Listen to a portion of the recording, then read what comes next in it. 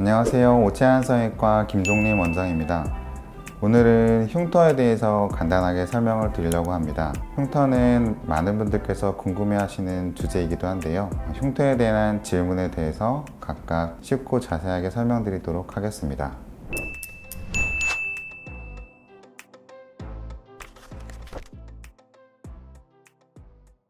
흉터가 왜 생길까요? 이를 한 문장으로 간단하게 표현하면 우리 몸을 전체를 덮고 있는 피부에 어떠한 이유에서든지 손상이 있게 되고 상처 치유 과정 속에서 정상 피부가 섬유 조직으로 대체가 되는 현상 때문에 생기게 됩니다. 우리 피부는 가장 얕은 표피층, 그 아래 진피층, 그리고 그 아래 지방층으로 이루어져 있는데 표피층만 손상된 경우에는 간단한 드레싱을 통해서 잘 관리해준다면 흉터 없이 잘 나을 수 있습니다. 하지만 진피층 이하로 깊은 상처들은 봉합이 필요할 수도 있고 드레싱을 통해서 치유 과정을 거치더라도 정상 피부가 섬유 조직으로 대체가 되는 과정이 있기 때문에 흉터가 생길 수밖에 없습니다. 흉터가 생기게 되는 요인에는 정말 다양합니다. 먼저 여드름과 종기 같은 염증성 피부 질환이 생긴 이후에 남게 되는 흉터, 그리고 열상, 찰과상, 그리고 화상과 같은 외상 후에 남게 되는 흉터, 그리고 다양한 수술 후에 그 수술 자국처럼 남게 되는 수술 후 흉터 등이 있습니다. 이 모든 것들은 공통점은 앞서 설명드린 대로 피부에 손상이 있게 됐다는 공통점이 있습니다. 따라서 흉터는 한번 생기면 없애기가 쉽지 않기 때문에 우리 몸에 있는 피부에 손상이 최대한 적게 생기도록 예방하는 것이 최선책이 되겠습니다.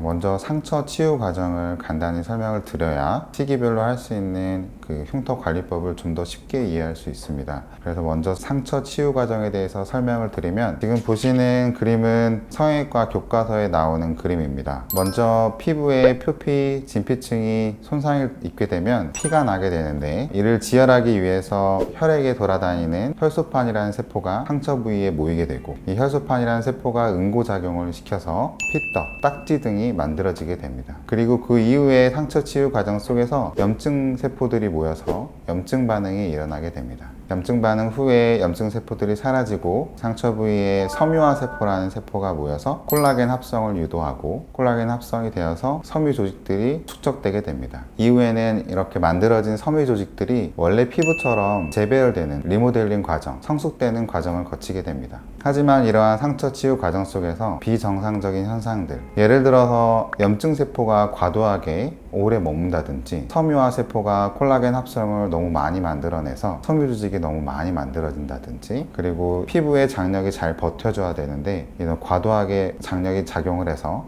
벌어진 현상들 때문에 흉터가 남게 되는 것입니다. 예전에는 이러한 상처 치유 과정 보통 한 6개월 후에 흉터 관리를 하는 것으로 알려져 있었는데, 최근에는 의료기술이 많이 발달함에 따라서 상처 치유 과정 하나하나마다 보다 적극적으로 개입을 해서 흉터 관리를 시행을 하고 있습니다. 먼저 상처에서 염증 반응이 일어나는 염증기에서의 흉터 예방법을 살펴보면, 표피층만 벗겨진 찰과상 같은 경우에는 간단한 드레싱을 통해서, 그리고 진피층 이하로 손상된 경우에는 봉합이 필요할 수도 있고, 깔끔하게 치료를 하고 나서 드레싱을 통해서 유지해주고 염증 반응 없이 낫게 해주는 것이 필요하겠습니다. 그리고 2차 감염을 막기 위해서 항생제를 복용하고, 염증 반응을 최소화하기 위해서 진통제를 복용해서 상처 부위가 깨끗하게 낫도록 유도하는 것이 최선책이 되겠습니다. 상처가 보통 낫는 데까지는 일주일, 길게는 환자분 상태에 따라서 2주까지도 걸릴 수도 있습니다. 이후 상처가 다 아물게 후에 한 2-3개월 정도까지는 빨갛고 딱딱하게 만져지는 흉터가 관찰되게 되는데, 이 시기를 증식기라고 합니다. 이 증식기에서의 예방법을 살펴보면, 흉터 부위에 색소 침착이 되지 않도록 자외선 차단을 잘 해주시고, 충분한 보습, 그리고 실리콘 겔 흉터 연고와 실리콘 시트를 통해서 흉터 부위를 덮어줌으로써 습유나 환경을 만들어주는 것이 필요하게 되겠습니다. 또한 과도한 혈관 형성이 관찰된다면 혈관 레이저, 그리고 색소 침착이 관찰된다면 색소 레이저 또한 시행해 볼 수 있겠습니다. 그리고 조기에 비유성 반응처럼 불로 올라오고 딱딱한 양상이 관찰된다면 트리암시놀론이라는 스테로이드 성분의 주사 요법도 병행해 볼 수 있습니다. 마지막으로 6개월 정도까지 축적되었던 섬유 조직들이 재배열되는 과정, 성숙되는 과정이 있는데, 이 성숙기에서의 예방법은 앞서 설명드린 흉터 제품들, 그리고 스테리스트릿 테이핑, 또한 비유된 그 흉터살을 좀 깎아줄 수 있는 프락셀 레이저를 통해서 새살을 예쁘게 돋아날 수 있도록 유도하는 방법 또한 시행해 볼 수 있겠습니다.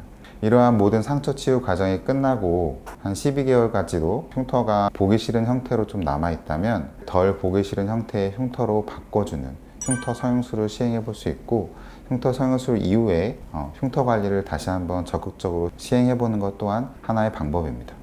오늘 흉터와 흉터 관리법에 대해서 간략하게 설명드렸는데 궁금증이 많이 해결되셨나요?